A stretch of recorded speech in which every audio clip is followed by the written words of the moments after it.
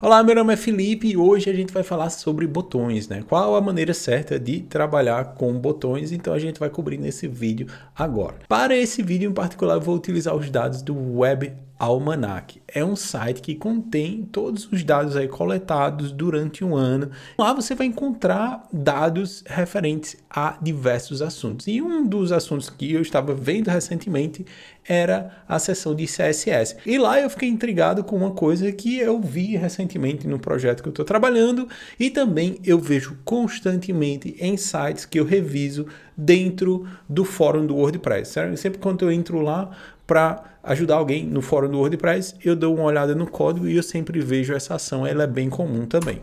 E que ação é essa? Né? Essa ação ela está bem relacionada a os nomes mais populares de classes. Então, se a gente der uma olhada aqui, a gente tem um class Active, a gente tem um class FA, que é do Font Awesome.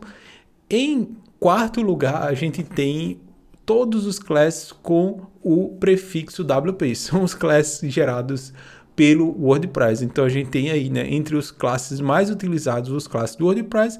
Depois a gente tem um button, pull right, emoji e disable. O que a gente vai focar é nesses dois itens aqui, no active e no disable. Por que eles aparecem tanto? Claro que não são todos os casos que isto é aplicado, mas muitos desses casos é aplicado da seguinte forma. A gente tem uma div e essa div ela tem um class btn e também ela vai ter um class disable ou active. E dentro deste código, qual é o problema que a gente tem aí?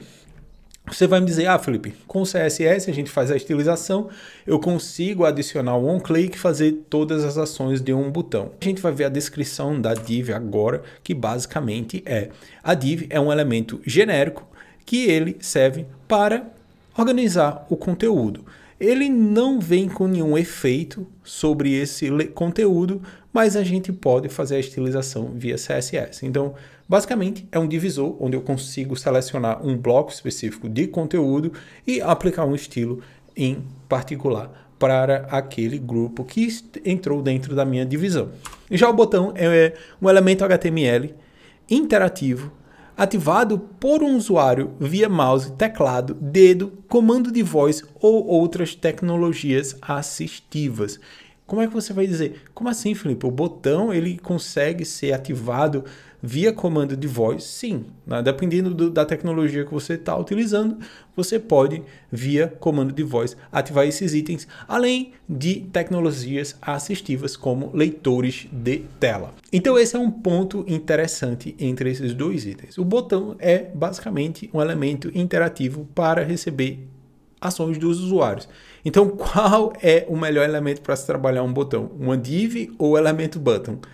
Pela descrição, um elemento button. Se a gente comparar aí atributos, por exemplo, a div ela vai conter os atributos globais, que são classes, IDs, o onClick, né? A gente consegue adicionar um onClick, onFocus, a gente consegue adicionar o autofocus também. E o botão, ele vai ter os atributos globais, como a div, mas ele vai ter uma série de atributos específicos para interatividade, específicos para este tipo de elemento. Então a gente tem um Active, Disable, Autofocus, Form, Form Target, Name e Value. Então a gente consegue aí com esses itens fazer muita coisa referente a formulários ou interação com o usuário. E para esse vídeo em particular eu vou ter dois exemplos. Eu vou ter um somente com a div, o botão, e eu vou mostrar lá como é que a gente consegue resolver isso com algumas propriedades. E se você trabalha com exceção que você não pode utilizar um botão, a gente vai dar uma olhada nos elementos em particular, ok? E agora a gente vai dar uma olhada no código e eu vou ter dois exemplos. O primeiro vai ser somente com uma div, onde essa div vai ser estilizada e eu vou melhorar um pouquinho essa div para a gente dizer para o browser que essa div se comporta como um botão e a gente vai ver como a gente consegue implementar isso e depois eu vou fazer uma comparação entre uma div e o botão, ok? Então, vamos ao código agora. Aqui a gente tem o nosso código, né? Então, tem um hello button, eu tenho um button aqui, notem, né, que eu passo o mouse sobre, a gente tem a sinalização que isso é um botão visualmente, né? Aqui eu tenho links, mesmo esquema, e aqui eu tenho um botão. Esse botão aqui é um botão de verdade. Esse botão aqui é uma div. A gente está fazendo a replicação de um comportamento de um botão em uma div. Isso é o caso que eu encontro bastante, e esse vídeo a gente vai ver como é que a gente consegue melhorar isso. Então, primeiramente, né, se a gente testar essa página, então vou aqui abrir uma nova janela. Um ponto, né, que alguns usuários utilizam, né, é fazer uma navegação por tab, por uma questão de acessibilidade. Se eles têm limitação, se eles não conseguem utilizar um mouse, ele vai fazer a navegação com tab. E se a gente notar aqui, quando eu faço a navegação com o tab, eu não consigo acessar este botão. Por quê? Porque semanticamente ele é uma div e o browser não vai considerar ele como um elemento que eu consigo ter um foco. Se o usuário utiliza um leitor de tela, este conteúdo será ignorado como um botão e ele não vai conseguir fazer nenhuma ação com esse botão. A gente consegue resolver esse problema da seguinte forma. Eu posso vir aqui no meu div que está com classe botão, adicionar uma propriedade chamada row button e vou adicionar um tab index como 0. Só dar uma organizadinha no código. Se eu voltar para o meu exemplo novamente, atualizar a página, quando eu dou um tab, o que vai acontecer? Agora a gente tem o foco sobre esse elemento. Por quê? Porque eu fui lá dentro do meu componente div, adicionei um atributo chamado row, que é o cargo, né? E eu vou dizer qual é o cargo desse elemento. Eu vou dizer, olha, essa div aqui ela vai se comportar como um botão. Fazendo isso, o browser passa a reconhecer que eu consigo ter um foco sobre esse elemento. Leitores de telas também conseguem fazer o mesmo. Daí, né, se eu quiser, por exemplo, desabilitar esse item, eu atribuí um class lá, disable, né, que é aquele class que a gente viu que todo mundo usa. O que vai acontecer nesse caso é, no nosso código JavaScript, eu estou dizendo, olha, essa div aqui eu vou fazer um toggle na classe disable e eu vou desabilitar esse item. Dentro deste onClick, eu vou não fazer nenhum evento quando ele contém a classe disable. Essa não é a melhor solução, certo? Essa é só um workaround, aí, uma gambiarra para fazer esse tipo de tratamento. Então isso só mostra, né, a complexidade da gente trabalhar dessa forma. Tem como a gente resolver? Tem, parcialmente. Mas daí eu preciso implementar todo o comportamento semântico daquele botão, enquanto a gente já tem isso definido por padrão num elemento HTML botão. Então, sempre que você precisar utilizar um elemento que vai fazer algum tipo de interatividade, o ideal é você utilizar um botão que já vem com todos esses recursos implementados.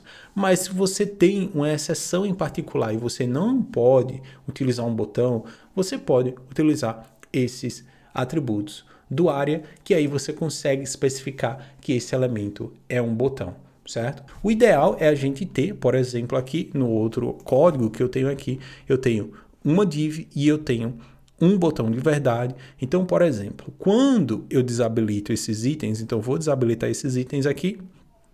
Se eu fizer o clique dele, eu não vou fazer o clique desse também, mas se eu tentar navegar, né, aí eu não estou conseguindo navegar, porque, por exemplo, eu não fiz a implementação do row button. Então, se eu for lá e implementar row button e atribuir um tab index 0. Então agora, né, eu desabilitei os botões. O que vai acontecer se eu tentar fazer o tab? Então, só voltando aqui. Se eu faço o tab do primeiro item, ele vai fazer o foco na div. Por quê? Porque a gente não tem a implementação do browser para ignorar quando esse item está desabilitado, porque ele não está realmente desabilitado. Basicamente, ele está utilizando um class que está dizendo que ele está desabilitado. O class ele só vai ter um impacto visual nesse elemento. Ele não vai ter nenhum impacto semântico sobre esse elemento. Já o botão não. É uma propriedade específica para desabilitar este elemento. Então, se eu faço um tab, ele vai ser ignorado e o foco vai passar para o elemento seguinte. Então, aqui é um exemplo simples, né, de como a utilização do botão facilita neste ponto. Muita gente utiliza div porque não vem com a estilização do botão, então não precisa resetar a parte visual, mas este ganho, né, de economizar algumas linhas de CSS, mas isso vai impactar de uma forma que a gente vai perder uma série de propriedades que já vem por padrão dentro do botão que a gente não está utilizando, né? Ou a gente vai precisar reimplementar todos esses itens para fazer uma div se comportar como um botão. Então é isso, esse vídeo ficou um pouco longo, pode ser bem básico para muitas pessoas, mas também pessoas que trabalham há muito tempo na web não prestam atenção nesses pontos, porque também não tem uma exigência tão grande de acessibilidade, por exemplo, e já estão habituadas a fazer esse tipo de comportamento. Mas se você tem a chance de melhorar sua aplicação, deixar ela mais acessível, é um ponto bem interessante aí. Então é isso, um abraço e até o próximo vídeo. Falou, tchau!